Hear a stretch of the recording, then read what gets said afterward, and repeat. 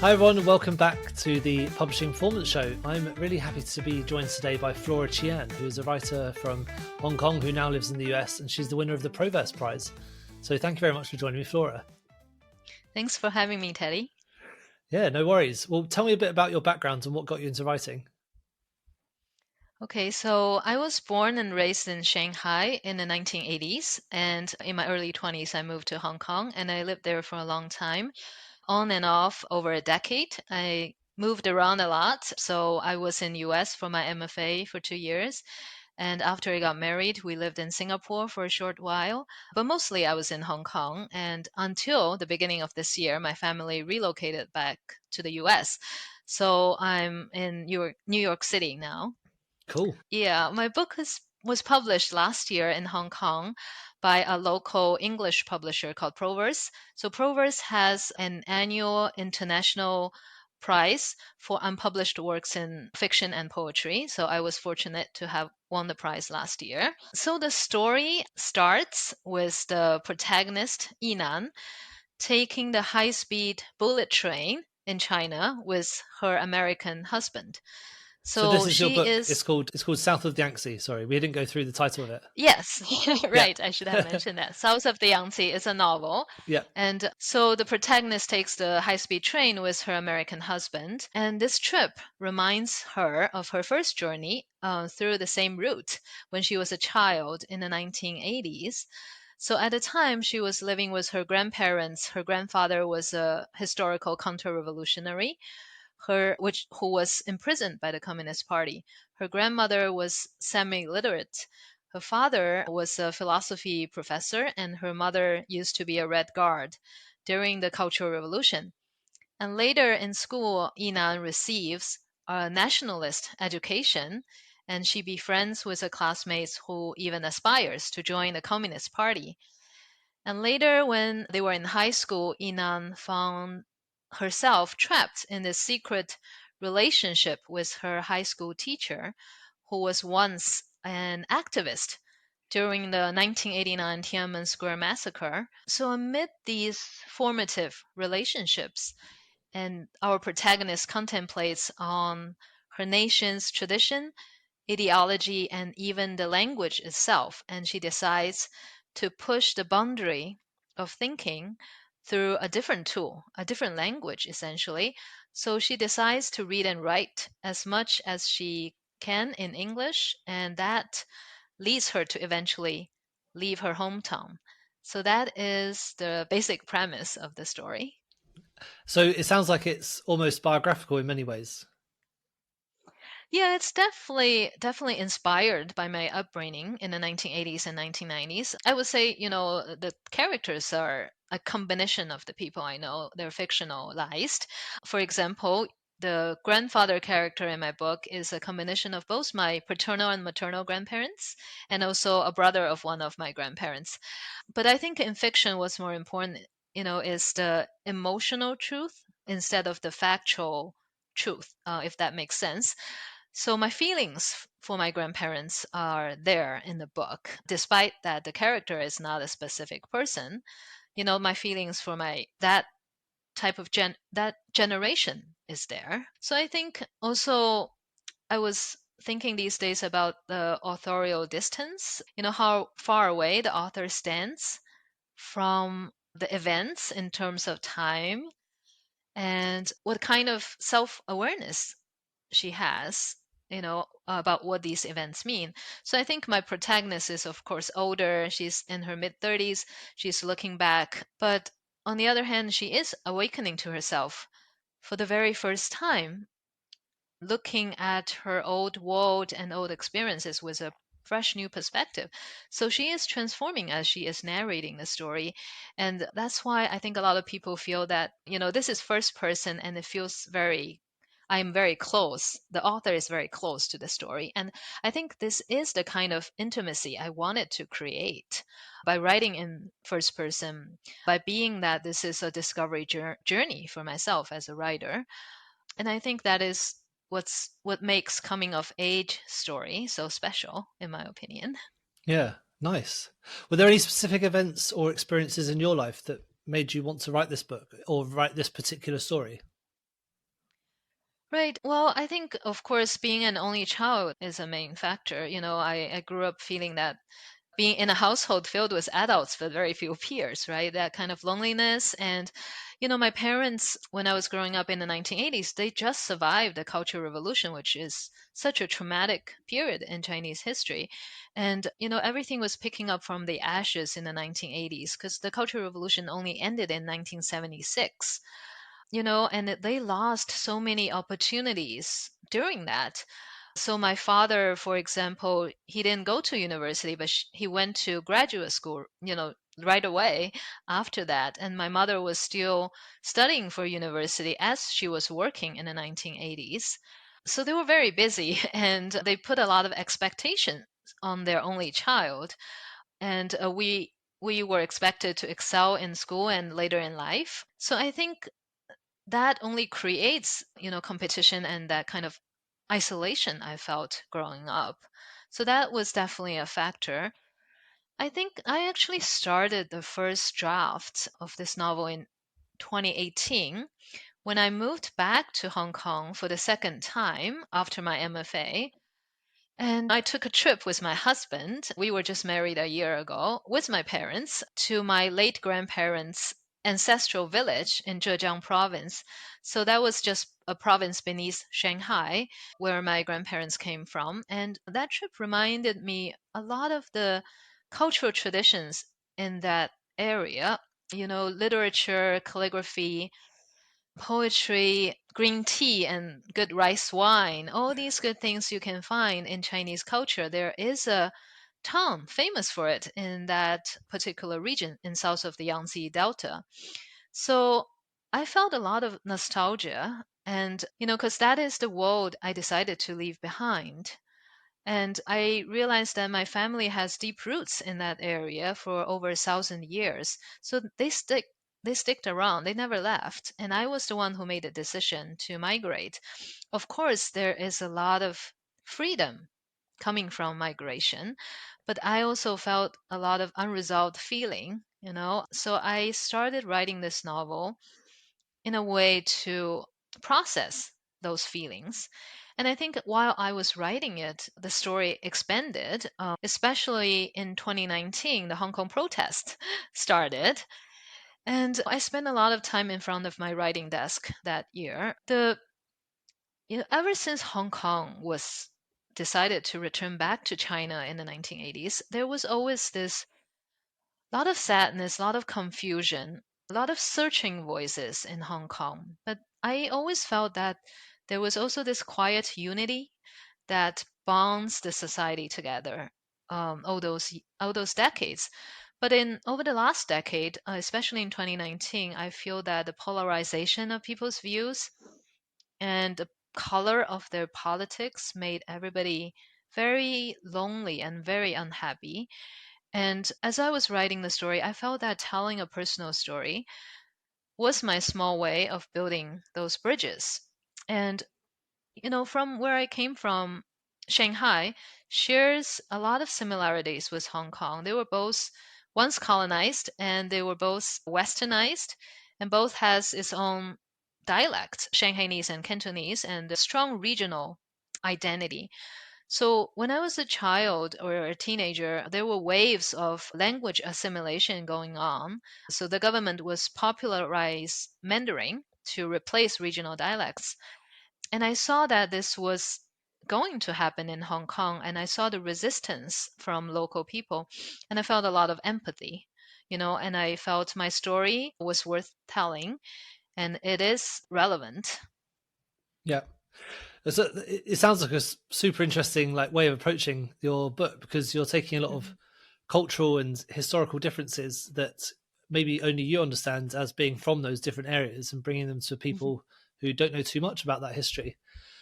Was the Right. historical research when it came down to actually writing the book itself?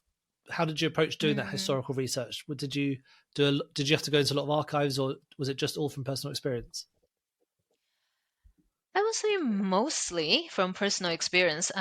Even though there is this taboo of talking about history in China, about Cultural Revolution, but my family was started to be more open about it as I was growing older. Yeah, but I did read a lot of books, from my parents' generation, both in Chinese and English, like Chen, Wild Swans and Life and Death in Shanghai. So those are nonfiction books. And yeah, I think a lot of writers, I read a lot from my parents' generation, but not I don't see so many from my generation, so I Sorry about wanted to it's all right.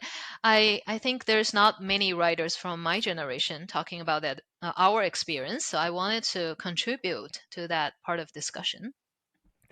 when it came to understanding the different parts of the history, was there always that aim to get certain topics in? For example, the Cultural Revolution.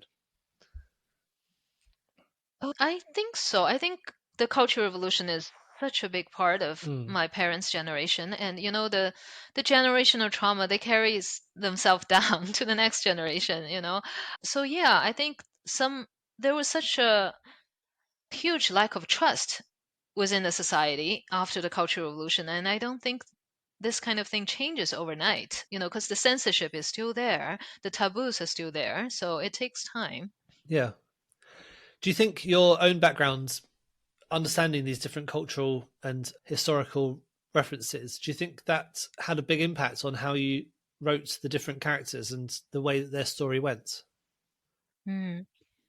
Yeah, I definitely think having lived in different parts of the world, give you different perspectives to look back at your own original culture as both an insider and as an outsider. I think, for example, in Hong Kong, when I first moved to Hong Kong, I was delighted with this vibrant media scene. Growing up, I didn't enjoy reading about news at all because there was only this one single voice, right? For a younger person, it was boring. But in Hong Kong, I was devouring, media at the time. And I think, of course, sadly, we see that freedom is quickly diminishing in Hong Kong. But yeah, that reminded me of my earlier experience. And I only got to understand when I had a little bit distance from it. And so that I gained that perspective from it. I think having lived in the US for a few years, I found that people in America is really upfront and really apologetic about their ambitions and their desires. I feel that kind of self-realization was discouraged or sometimes even judged upon in a more collective culture. Yeah, great. Now, with your actual writing process for your book, Mm. how I want to go through a little bit about how you went from your idea to your finished Mm. book. So, could you give us a bit of knowledge into your how you did your outlining, how you did your research, and how you drafted your initial Mm. draft? Right. So I think over the years when I was writing this novel, everything in my life went into it. Every book I read, every conversation I had with friends, and, even the natural scenes I saw went into the book. I was really immersed in it. I started writing in the morning. I'm a morning person, and, I didn't stop until I was tired. I found that exercises was really helpful to entangle thoughts and generate new ideas. So when I was living in Hong Kong, I was fortunate that there was always a hiking trail near where I lived. So I hiked a lot. And now in the US, I just run in parks. So I think I also like to finish or push through the first draft relatively fast and then let it sit for a while and go back to it and keep revising it. So I think I finished the first draft of South of the Yangtze a little over a year after I first started, but I spent 2 years revising it. And the story went through at least five, six major drafts. I think the final product is very different from its first incarnation. And I'm not that much a planner. I sometimes detail scenes in my mind or on my notebook, but never the narrative arc or the structure of the story. I write into the dark tunnel. I think Kafka said that. And for me, it's really a discovery experience. Sometimes at one point in the story, I will know where the next chapter or the next couple of chapter will go, but I never knew beyond that, if that makes sense. Right. Yeah. So you're very much like you're not much of a plotter. You're more of a pantser, you'd say.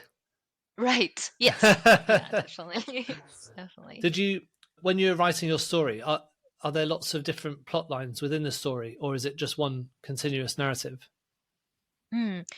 I There is definitely story within the story because, for example, after there was a secret revealed of my grandparent in the middle of the story after he passed. So that is a story about when he was younger. Yeah. Yeah, and I also included some Chinese traditional folk tales, just a little bit here and there, which are relevant to the characters as well. So how did you approach making sure that the plot lines all matched up? I think I think the plot is not linear, right?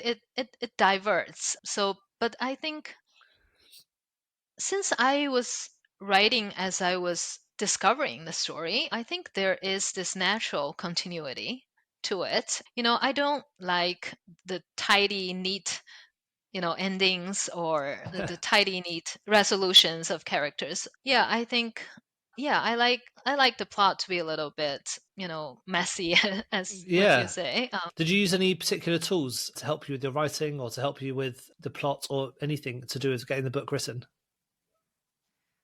I don't think so. It was just me and my notebooks. You didn't use any like writing tools or anything like that? Not that I know of, Oh, no. right. That's interesting because a lot of people I know use, different tools to help them with, their phrasing or to help them with the writing, Hmm. like to get the plot all written out nicely and things like that before they write their book. Oh, really? Would you recommend some? Yeah, so there's one called there's three which I think are great. One's called Pro Writing Aid. It plugs into your Ah. it's a bit like Grammarly, but for writers, and it helps you with your sentence structure, looking at the way that you are using good English, but also making it sound nice as well. And it looks at your style of writing and it learns as you're writing.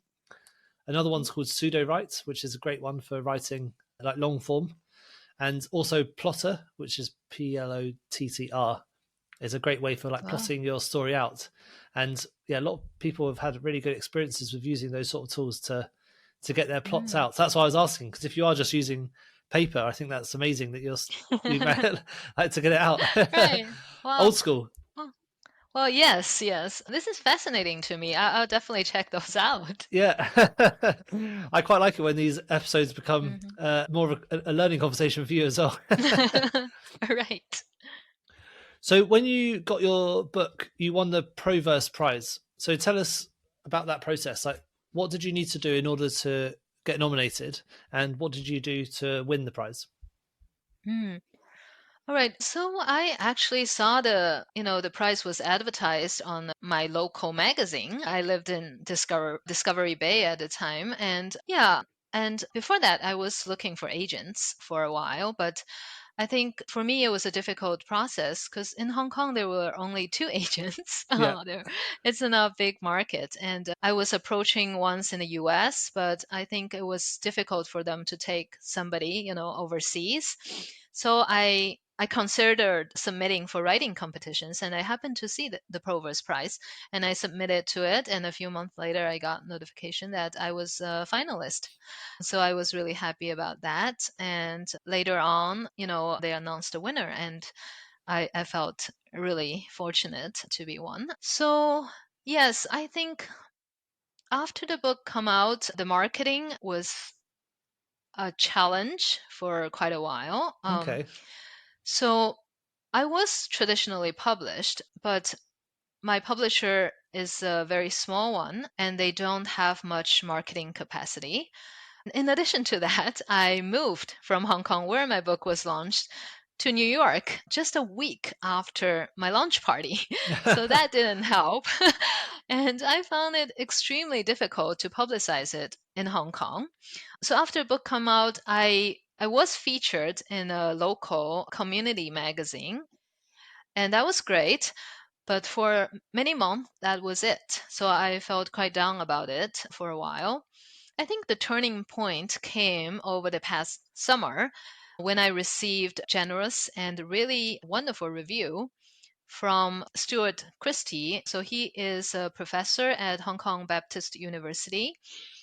And before my book came out, I applied for a grant in Hong Kong. And as part of that grant, they asked people in academia to write one paragraph recommendation for the people who received the grant.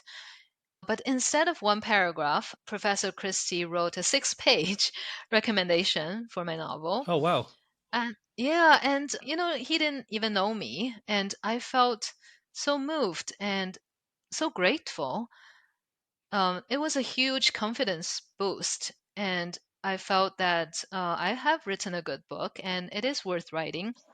And more importantly, it is worth getting the word out. So after that, I started looking for a publicist in the US since my publisher cannot do much, in New York. And I had no success walking into a bookstore in New York as representing myself and even trying to get them to read the book. Because, bookstores in New York, they don't take author copies.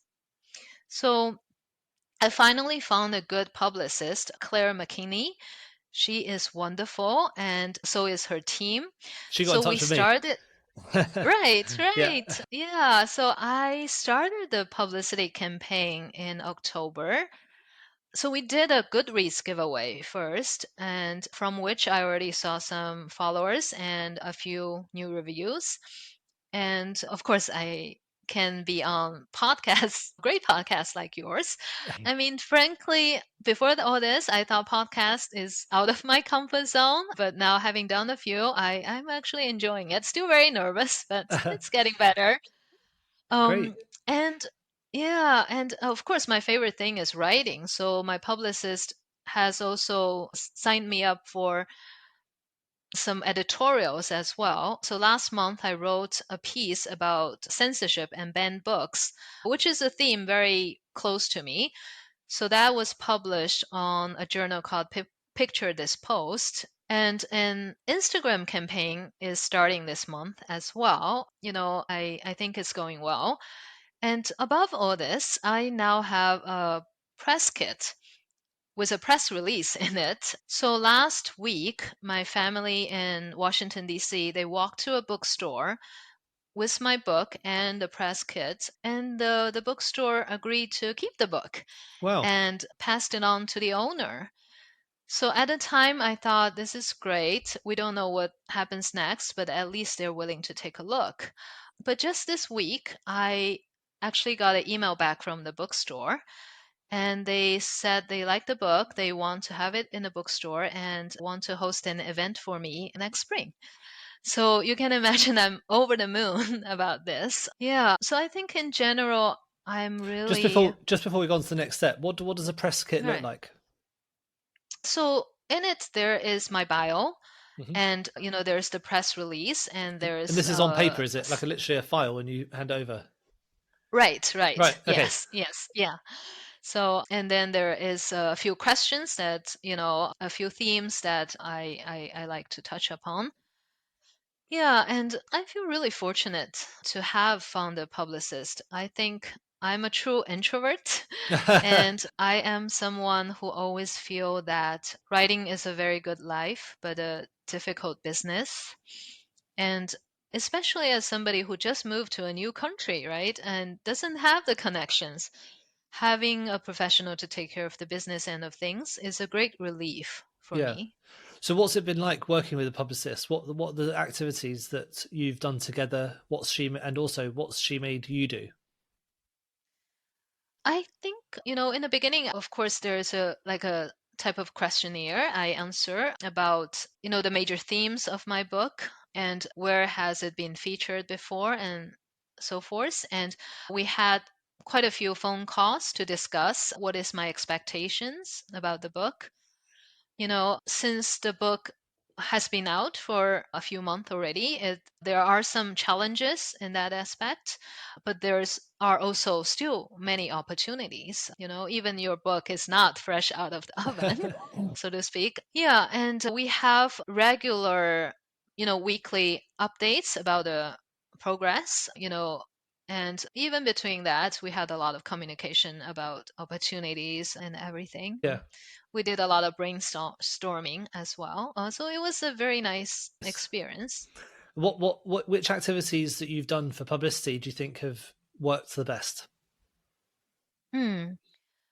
Well, I don't know yet because we're still just starting it, but I think, of course, every author wants their book in a bookstore. I Hmm. think that, in person interaction is what I would look forward to the most. But I enjoy doing podcasts actually. Yeah, I can talk to people. I did a podcast, the host was in Canada and you're in the UK. And so I felt I was able to connect to people brilliant. through my project. Yeah. Oh, really nice.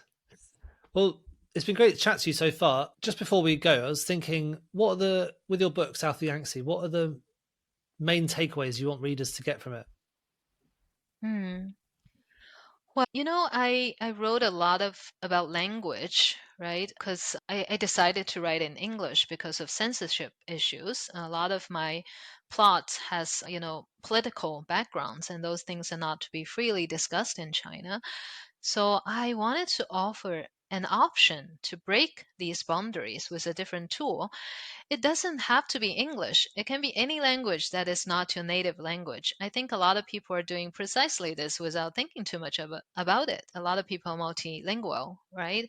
But I want to detail that journey and make it a more conscious, experience so that it might inform some people that are still seeking for these options. Yeah, amazing. And have you got any exciting projects, any new books that you're working on, or any big publicity drives that you'd like to promote or talk Mm. about? Well, I'm only just starting to think about my next project. My 3-year-old is finally going to school this semester full time, and I finally have a little bit more mental space. Yeah, So I think I want to explore the theme of motherhood.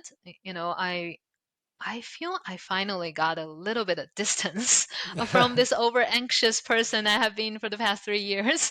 And hopefully that will translate into real perspective. And as I mentioned before, I like Chinese folk tales.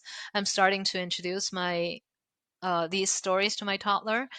And, hopefully they will also move their way into my next project. I'm still exploring the possibility of having my novel in Chinese, for specific markets like Taiwan.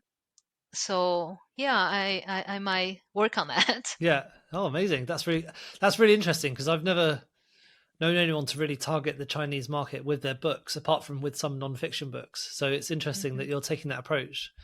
I'd love to hear how it goes. So definitely keep me updated when it goes live. Sure. Well, thanks so much for coming on. I've loved chatting to you. I'm really excited to see what your new projects are about. Just before we go, what is one book that you recommend everyone should be reading? Hmm. I would say The Fat Years by Chen Kunzhong. So he is a Hong Kong writer based in Beijing, and he primarily writes in Chinese. And his books are banned in China because of political reasons. But fortunately, his novels have been translated into English. I enjoy The Fat Years in particular. I read it during the COVID pandemic, and I was shocked at the time how he was able to predict some of these sentiments in China a decade ahead of time. Some people would rather live in alternative realities so that they can be happy. There is a real argument there, and I think it's sort of like a brave new world with the modern Chinese context. So I really recommend it. I think another book if I'm allowed to mention Yeah, of too, course. Yeah. yeah, another book I'm enjoying lately is called The Only Gaijin in the Village by Scottish writer Ian Maloney. Hmm. So he lives in Japan with his family. I am always intrigued by books about displacement. And I find that book really sensitive on the subject and quite insightful and often quite funny. So, gaijin means the foreigners that lives in Japan. That's how the Japanese calls it. Right. Yeah, it's really interesting. So yeah, check it out. The Only Gaijin in the Village. Okay, great. That sounds like a bit of a play on words of the only gay in the village. That it's like a quote from Right. yeah. Yes, from that show. Yeah. Yeah. That is nonfiction, by the way. Okay, right. Oh, I'll check that out. I haven't heard that one. So yeah. Mm-hmm. Well, thank you very much for coming on. It's been great to chat to you. I look forward to seeing your new books. We've got links to all your books in the show notes, so everyone can click them and buy them. But thank you for coming on, and we'll speak again soon. Yeah. Thanks for the conversation, Teddy. Bye. Thank you so much for tuning into the Publishing Performance podcast. I really hope you found today's episode inspiring. I love chatting to authors, writers, and people in the publishing world. Now, just before we wrap up, let me tell you about Publishing Performance, the #1 platform for authors who want to increase Amazon book sales, but are not really sure where to start. Now, this show is all about helping you to sell more books. And if you're looking to boost your publishing game and to maximize your book's potential on Amazon, then Publishing Performance is designed to help authors just like you to grow your readership and to reach a much wider audience. Now, I know that Amazon ads can be slightly complicated, which is why Publishing Performance is like having a personalized ad account manager to create your ad campaigns, to choose your best keywords, and to make adjustments in real time. Now, if you're investing in ads, you really want to make sure that your investment is being used effectively, and Publishing Performance does just that. It aims to make your budget go further, improve your organic rank, and target keywords more effectively. Just go to publishingperformance.com to get started with Amazon ads for just $1.